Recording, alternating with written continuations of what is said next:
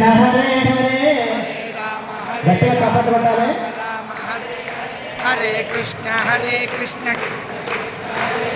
హరే రామ రామ రామ హరే హరే హరే కృష్ణ కృష్ణ కృష్ణ హరే హరే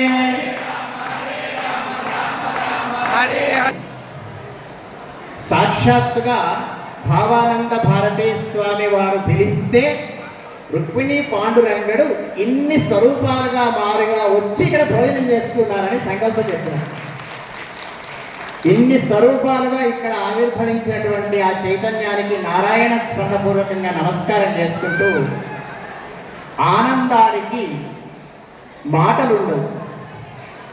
మాట్లాడబడ్డదంటే అది ఆనందం కాకపోవచ్చు, కానీ భావ వ్యక్తీకరణకు అంతకంటే మించి సాధనము ఇంకొకరికి అర్థం